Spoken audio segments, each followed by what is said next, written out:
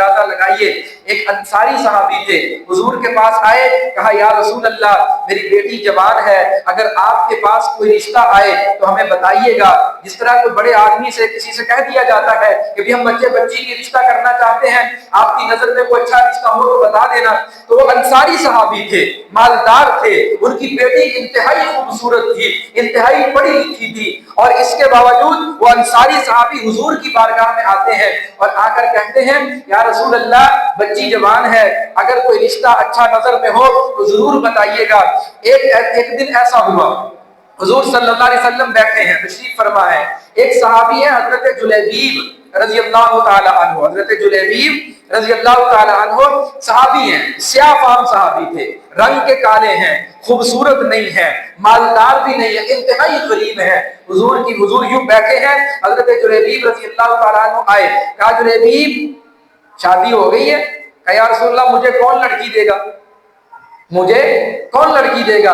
حضور نے فرمایا اٹھو، کھڑے ہو جاؤ اور فلاں انصاری صحابی کے گھر جاؤ اور فلاں انصاری صحابی سے جا کر کہنا کہ تم نے اپنی جس بچی کے رشتے کا حضور کے سامنے اظہار کیا تھا تو حضور نے مجھے بھیجا ہے کہ میرے ساتھ اپنی بچی کا نکاح کر دو، میرے ساتھ اپنی بیٹی کا نکاح کر دو۔ تو جلیبیب جو ہے وہ حضور کا حکم سمجھ کر چلے تو گئے، لیکن فرماتے ہیں کہ سارے راستے کے اندر یہ سوچتا جا رہا ہوں کہ نہ تو میرے پاس کوئی حسن و جمال ہے، رنگ کا کالا ہوں، خوبصورتی بھی نہیں ہے، مالداری بھی نہیں ہے، انتہائی غریب ہوں، 2 وقت کا کھانا بھی مشکل ہے، سر پہ چھت کے لیے گھر کوئی نہیں ہے، تو جا تو رہا ہوں لیکن وہ مالدار صحابی ہے، اس کی بیٹی پڑھی لکھی ہے، خوبصورت ہے، نوجوان ہے، وہ کیسے راضی ہوگا؟ لیکن حضور کا حکم تھا، چلے گئے، دروازے پہ دستک دی، کہا کون؟ کہا جلیبیب۔ کہا کس مقصد کے لیے آئے ہو؟ کہا حضور نے بھیجا ہے۔ کہا کس مقصد کے لیے بھیجا ہے؟ کہا حضور نے فرمایا ہے اپنی بیٹی کا نکاح میرے ساتھ کر دو، حضور نے فرمایا ہے اپنی بیٹی کا نکاح میرے ساتھ کر دو۔ وہ انصاری صحابی کہتے ہیں رکو ذرا، میں اپنی اہلیہ سے مشورہ کر لوں، بچی کی ماں سے بھی تو مشورہ کر لوں۔ وہ کیا کہتی ہے؟ بچی کی ماں سے مشورہ کرنے کے لیے گئے، وہ انصاری صحابی اپنی اہلیہ سے مشورہ کر رہے ہیں کہ جلیبیب آیا ہے، غریب ہے، سیاہ فام ہے، خوبصورت نہیں ہے، گھر بار بھی نہیں ہے، مال و دولت بھی نہیں ہے، لیکن حضور نے بھیجا ہے۔ تو وہ عورت تھی، عورت تو عورت ہوتی ہے، اس نے کہا، وہ اس انصاری صحابی کی جو بیوی تھی اس نے کہا کہ میں اپنی بیٹی کو ایک ایسے شخص کے ساتھ رخصت کر دوں جس کا اپنا مکان بھی نہیں ہے، جس کے پاس مال و دولت بھی نہیں ہے، جس کے پاس کچھ بھی نہیں ہے، وہ حتیٰ کہ خوبصورت بھی نہیں ہے وہ، تو کیا میں اپنی بیٹی کو ایسے شخص کے ساتھ جو ہے وہ بیاہ دوں، ایسے شخص کے ساتھ رخصت کر دوں؟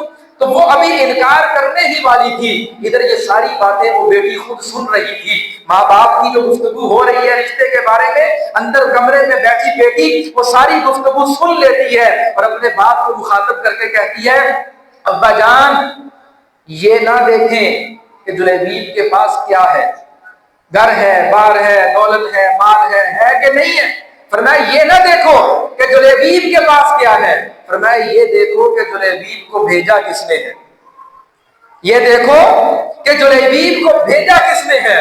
فرمایا اگر رسول اللہ صلی اللہ علیہ وسلم نے بھیجا ہے، اللہ کی قسم جتنا مال و دولت میرے پاس موجود ہے اس سے 100 گنا اور زیادہ بھی ہوتا تو میں اپنے آپ کو حضور کے حکم کے سامنے سر جھکا دیتا۔ ماں باپ مطمئن نہیں تھے رشتے کے لیے اور حق بھی یہ تھا، چاہتے تو انکار کر سکتے تھے، یہ حضور کی طرف سے ایسا حکم نہیں تھا کہ جو ایک شرعی حکم ہو، یہ ایک اختیاری حکم تھا کہ اگر کرنا چاہتے تو کرتے تھے، انکار کی بھی گنجائش تھی، لیکن محبت میں انکار کی گنجائش ہوتی نہیں ہے۔ جس سے محبت ہو اس کی بات پر انکار یہ محبت کی خلاف ورزی ہے، محبت کے اصولوں کی خلاف ورزی ہے کہ جس کو محبوب بنا لیا جائے پھر اس کی بات کا انکار کر دیا جائے۔ تو وہ بیٹی خود کہنے لگی، اس نے کہا ابا جان اس کو حضور نے بھیجا ہے اور حضور کی بات کا انکار نہیں کیا جا سکتا، میں اس رشتے کے لیے تیار ہوں۔ صحابی جو انصاری صحابی تھے اپنی بیٹی کو بلایا، جلیبیب کو بلایا، حق مہر مقرر کیا، گواہوں کو بلایا، وہیں بیٹھے بٹھائے دونوں کی شادی کر دی، نکاح پڑھوا دیا۔ آج ہم بھی شادیاں کرتے ہیں، ہم اپنی محبت کو اس ترازو پہ رکھ کر تولے، کیا ایسی شادیاں ہماری ہیں؟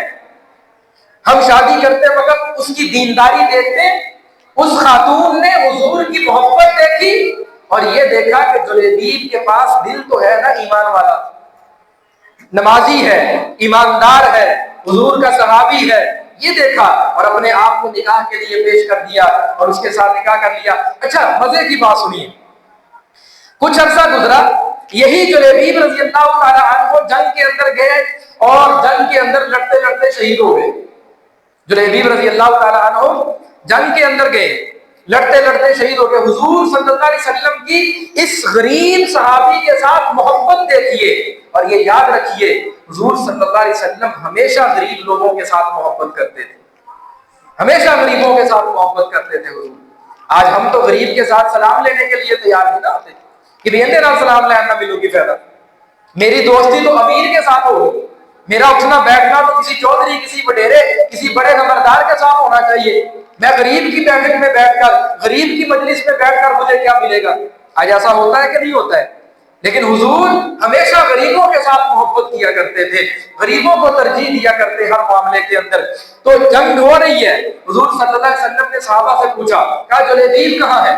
اب محبت کا اندازہ لگائیں کہ حالت جنگ کے اندر بھی حضور جلیبیب کو تلاش کر رہے ہیں۔ تو صحابہ نے کہا یا رسول اللہ کہیں نظر نہیں آ رہا، فرمایا جاؤ تم بھی جاؤ، تم بھی جاؤ، تم بھی جاؤ، تلاش کر کے دیکھو جلیبیب کہاں ہے۔ صحابہ گئے تلاشی کے لیے، تلاش کر رہے ہیں، ادھر ادھر دیکھا، ایک جگہ پر دیکھا 1 2 3 4 5 6 7 کافر مرے پڑے ہیں اور ان 7 کافروں کے اندر حضرت جلیبیب بھی شہید پڑے۔ حضور صلی اللہ علیہ وسلم خود تشریف لائے وہاں پر اور آ کر فرمایا کہ جلیبیب نے 7 کافروں کو قتل کیا اور پھر خود اپنی جان بھی اللہ کے حضور پیش کر دی اور لڑتے لڑتے اللہ کے دربار میں شہید ہو گئے۔ صحابہ کرام کو حکم دیا ان کی قبر کا انتظام کیا جائے۔ روایات میں آتا ہے حضور صلی اللہ علیہ وسلم نے یوں اپنے ہاتھوں پر حضرت جلیبیب کی لاش، آپ کی میت کو اٹھایا، حضور نے حضرت جلیبیب کی میت کو یوں اپنے ہاتھوں پر اٹھایا، اور یہ نہیں ہے کہ ادھر سے اٹھایا اور ادھر جا کے رکھ دیا، فرمایا جب تک صحابہ قبر تیار کرتے رہے اس وقت تک حضور جلیبیب کی میت کو، آپ کے جسد کو اپنے ہاتھوں پہ اٹھا کے یوں ہی انتظار میں کھڑے رہے۔ یہ حضور کی غریب کے ساتھ محبت تھی۔ فرمایا جب تک قبر تیار نہیں ہو گئی، حضور صلی اللہ علیہ وسلم نے جلیبیب کو یوں اپنے ہاتھوں پہ اٹھایا ہوا ہے۔ آپ سوچ رہے ہوں گے کہ اتنی دیر ایک بندہ جوان بندے کو اٹھا کیسے سکتا ہے؟ وہ عام نہیں تھے، وہ نبی تھے۔ ایک نبی میں 70 قوموں جتنی طاقت ہوتی ہے، ایک نبی کی طاقت عام انسان جتنی طاقت نہیں ہوتی۔ تو حضور نے یوں اٹھایا ہوا ہے، ادھر جو ہے وہ آپ کی قبر تیار ہوئی، پھر حضور نے اپنے جو ہے وہ اپنے ہاتھ مبارک سے خود قبر کے اندر اتر کر حضرت جلیبیب کو جو ہے وہ قبر میں اتارا اور قبر میں لٹایا۔ آپ اندازہ لگائیں کہ اس وقت آسمان کے فرشتے بھی حضرت جلیبیب کی قسمت پر رشک کرتے ہوں گے کہ اللہ کی قسم ایسا مقدر کسی کو ملتا ہے کہ جس کو حضور یوں اپنے ہاتھوں پہ اٹھائے اور اٹھا کر ان کی لحد کے اندر اتارے، ان کی قبر کے اندر اتارے۔ ایسی قسمت کسی